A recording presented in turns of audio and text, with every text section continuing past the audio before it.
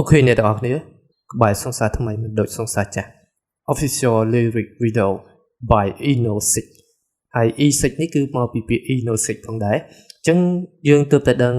ថាក្រុមរបស់គាត់ទើបទទួលសមាជិកថ្មីដើម្បីពង្គ្រប់ដល់6នាក់អីជា Eno Snore ពីព្រោះថាសម្លេងគាត់គឺស្រដៀងពួកគាត់សម្លេងរបស់ពួកគាត់គឺស្រដៀង Eno ខ្លាំងមែនតើអញ្ចឹងកុំឲ្យខាតពេលយូរយើងចូលទៅ reaction bot នេះទាំងអស់គ្នាពីព្រោះថាជា bot ថ្មីទី1របស់ Eno Snore ផងដែរពីព្រោះថាពួកគាត់បានចេញ bot 4នាក់5នាក់កាលពីប្រហែលមុននេះហើយឥឡូវនេះគឺជា bot ថ្មីមួយទៀតដើម្បីសម្រាប់ Eno Snore ដែលមានវត្តមាននៅក្នុង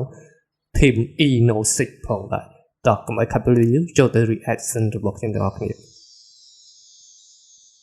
Big Boss Uncle អូខេbot នេះជាងមកគឺជា bot set មនុស្សចេតនាហើយយើងដឹងហើយថាសម្លេង Eno tune របស់គាត់ vibe របស់គាត់យ៉ាងដូចម្ដេចអ្នកទាំងអស់គ្នាជា fan របស់គាត់គឺពិតជាដឹងទាំងអស់គ្នាហើយនេះជា Eno Snore ផងដែរតែចិត្តស្នេហ៍បារម្ភដល់ដែរសុបមិនឃើញតែអារម្មណ៍ឆ្លូពេលនៅចិត្តគ្នាប្រច័ណ្ឌខ្វែងគុំនឹកទួងតែងមិនជានាមមិនទុកចិត្តគឺមានតែឆ្លូអ្នកថ្មីមកដល់ជាបាច់ចិត្តដែលសោពីចាំងនាងសួរច្រើនណាស់ថាហេតុអ្វីបែកពីអ្នកអញ្ចឹងភ័យក្រែងចិត្តខ្លាចអារម្មណ៍បាំងធ្វើយ៉ាងម៉េចមានតែបន្លំនេះជា Eno លក់ចង្រិតដែរទោះបែកគ្នាក៏នឹកដល់អូនហើយសម្រាប់គាត់គឺ style Eno មក copy តែម្ដងទោះមានអ្នកថ្មីល្អប៉ុណ្ណាចិត្តនៅជោគតានលិចមិនទាន់បានកាយវិការ Eno សុខសាន្តរបស់គាត់បងថ្មីល្អតែមិនដូចក្បែរសង្សារចាំងអារម្មណ៍ពេលខ្លាំងអូនអ្នកថ្មីមិនលះដាក់គ្នាច្រមកជប់ធ្វើតែបេះដូងបែរនឹកពុំងារីក៏ខ្ញុំជាមនុស្សអាត្មានិយមបើយើងនិយាយពីវីដេអូនេះគឺលយមែនតើយើងថតនៅលើឡានក្រុងហើយអត់មានដំបូលទេយើងដាក់កៅអីអង្គុយហើយថតបដាគឺលយមើលទៅរសជាតិថ្មី vibe ថ្មីវីដេអូមួយនេះគ្នាច្រើនខែតែចិត្តស្នេហ៍បារម្ភដល់តែ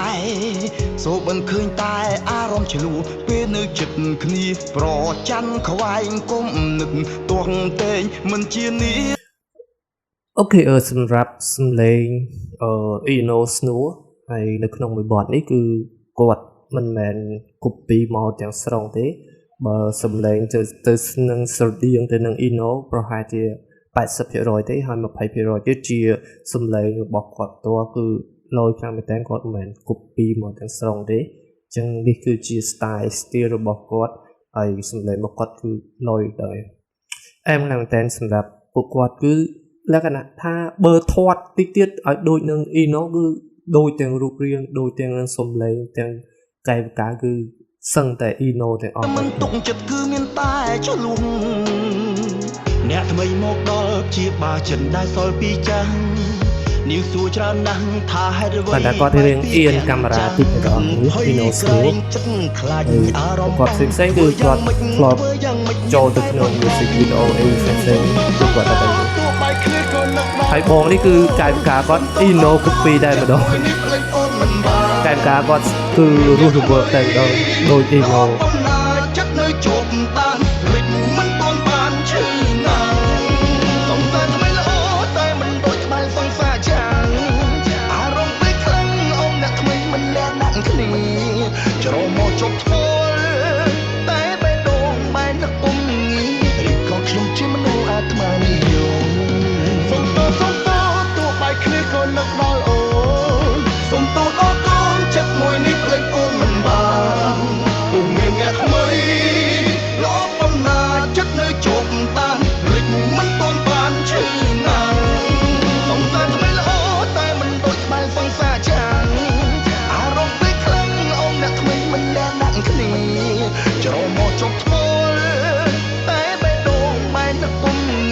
រីក៏ខ្ញុំជាមនុស្សអាត្មានិយម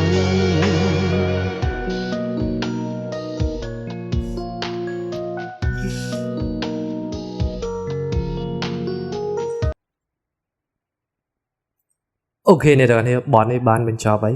ហើយអ្វីដែលខ្ញុំសង្កេតឃើញថា